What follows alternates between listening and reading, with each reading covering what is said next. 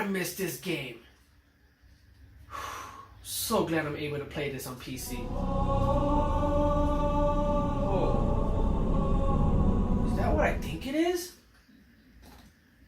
Monster Madness? I haven't seen this game in years. You're welcome. Bartolomeo? Yes, it is I. Is this from you? Yes. I decided it was time for you to play this game again. What do you know about Monster Madness? And second of all, how do you know I wanted to play this? Okay, number one, you talk in your sleep. What? No, I don't. Yes, you do. Yeah, I do. I gotta fix that. But, damn. I loved this game when it came out. Too bad that it was reviewed poorly and a lot of people have so much bad things to say. This game did a lot of things right that other games that you didn't really see in other games. I want to show people and tell people that this game could be a hidden gem. So why don't you do just that? Oh yeah, like that's easy. How am I gonna do it? Aren't you a YouTuber? You know what? You're right. I can bring this game to light. And I know exactly how I'm gonna do it. Have you guys ever loved a game that is underrated and it didn't get the attention it deserves because it's being buried alive by so many other games of the same genre but sucks because they're the one you like the most? Well, with this brand new series, Hidden in Plain Sight, we take those games and we bring them to the light. For our first episode, we will be discussing Monster Madness Battle for Suburbia on Xbox 360.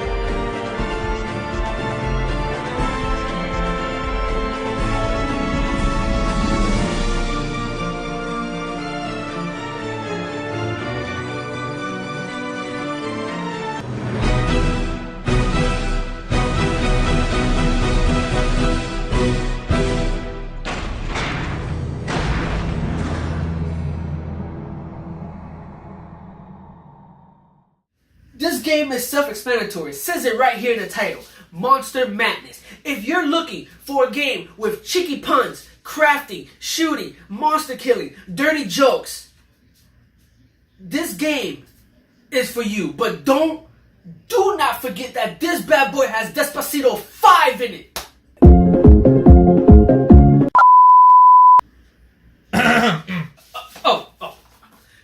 There are so many positives when it comes to Monster Madness, but it's overlooked by so many negativity that people are scared to even try this game.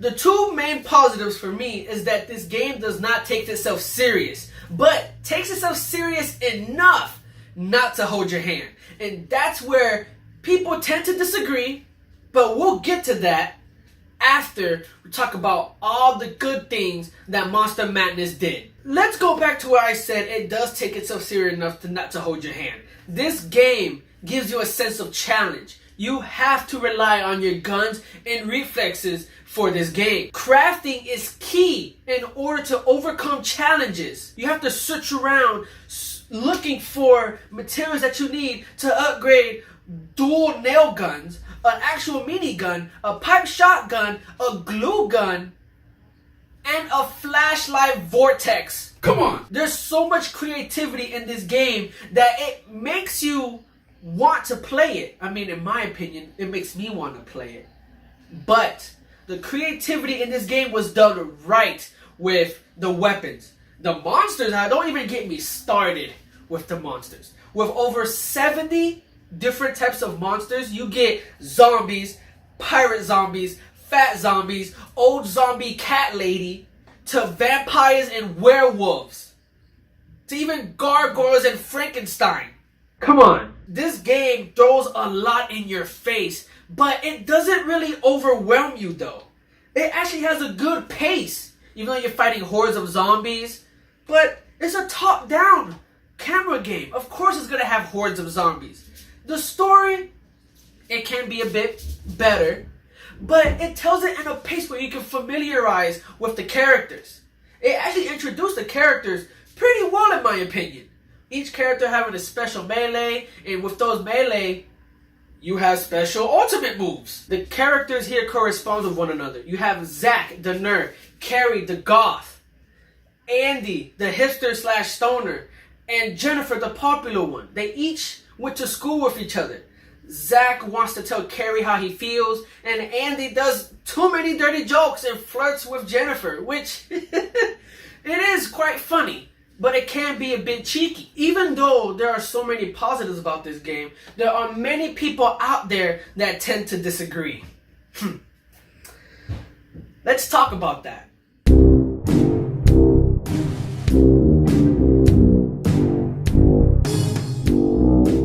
So, I have seen reviews, which sadly I cannot show you because I can't find the reviews for some reason, states that the game was too hard. There was one reviewer that said that this game was too hard for his 11-year-old son. That's kind of stupid because I was 11 when I played this game in summer 2007. And I loved it, and I beat it on the normal difficulty, and then I beat it on hard. Like, come on, if I could do it, anybody could do it, honestly. But there is another one that kind of triggered me. A little bit. Is where this reviewer said that if you play with more than 2 people, the game is unplayable due to the camera bouncing back and forth. Now the reason why that happens is because 2 people are trying to go separate directions in the same screen. It is a top-down camera. Of course you're going to be stuck in the same screen. The game is trying to balance between players, so the bouncing back and forth is going to occur. So for players that say that, you're either 2 things. You're either bad at the game or bad at co-op games. Which one? Here's the last and final one where I can actually show you guys.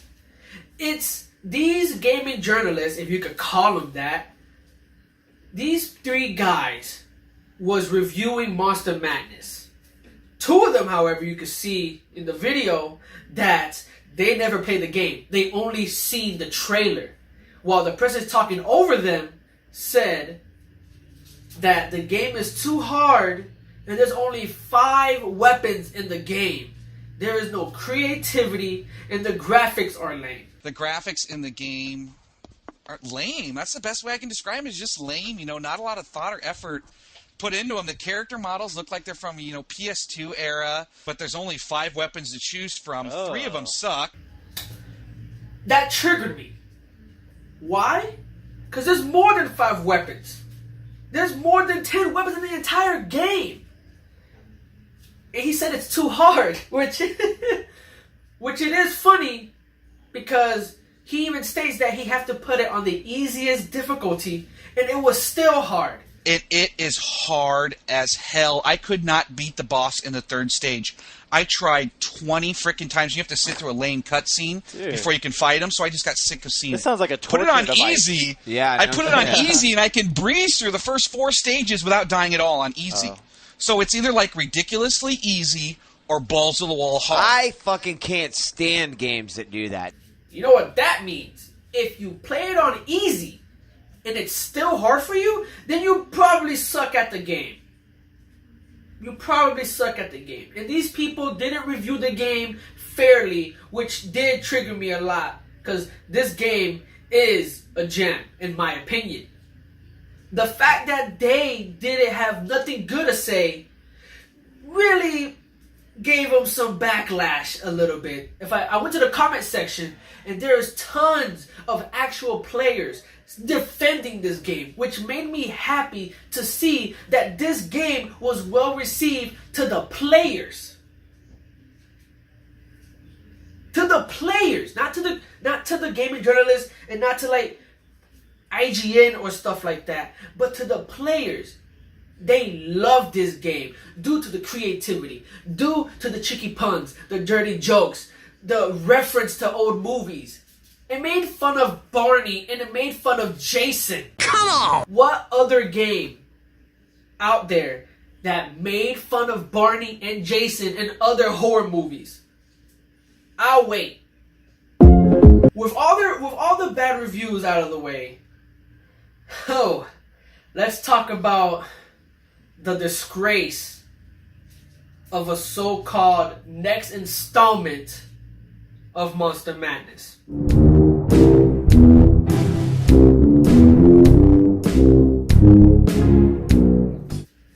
Okay, well, I am back to talk and compare Battle for Suburbia to its dumb helmet-wearing brother, Monster Madness Grave Danger. Now, it's funny because Grave Danger had a way better review than Battle for Suburbia from IGN and other places. And there are some actual players that prefer Grave Danger over Battle for Suburbia. And I understand the reasons why. But, the reason why that this game, in my opinion, got a better score was because they literally dumbed this down. The sense of danger, the sense of challenge, literally was tossed out the window when they made Grave Danger. Like, is this really a Monster Madness game? Like, are you really a Monster Madness game? It's almost like you're trying to be something else. Let's see who is the real culprit. I fucking knew it. Monster Sadness, no danger. That's fucking right. This is the truth of Grave Danger. There is no challenge. There is no danger. There is no madness either. The game doesn't punish you if you die. You can just respawn. Like in Battle for Suburbia, if you die, you either have to start all over from checkpoint, or if you're playing with friends, you have to wait until they go on and get to the next checkpoint. And God knows how far that is. And like I said, when you die, you have to go back to the other checkpoint. And God knows how far that is too.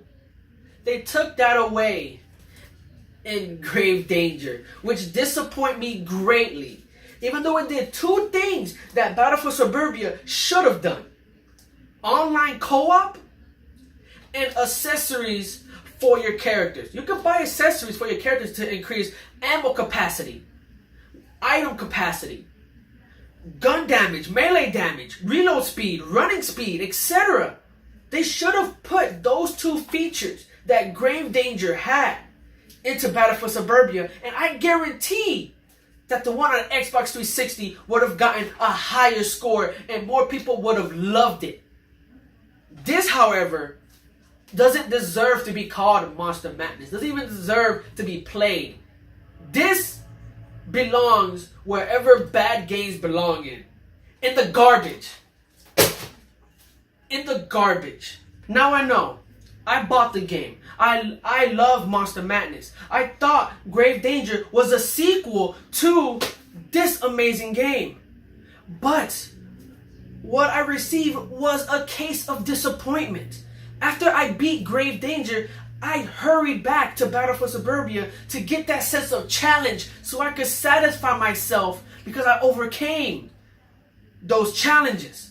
And that's why, in my opinion, This game was hidden in plain sight. Now, I hope you guys enjoyed this video. I mean, I had a lot of fun. I'm actually gonna do another video of this, but with other games. Again, hidden in plain sight is when we take old and new games that are underrated and we bring them to the light, guys. So, thank you, Angel, for being the camera guy. No problem. There we go. Alright. Thanks for watching, and I'll see you all on my next video. Peace. Monster Madness worse than STDs. Fuck you.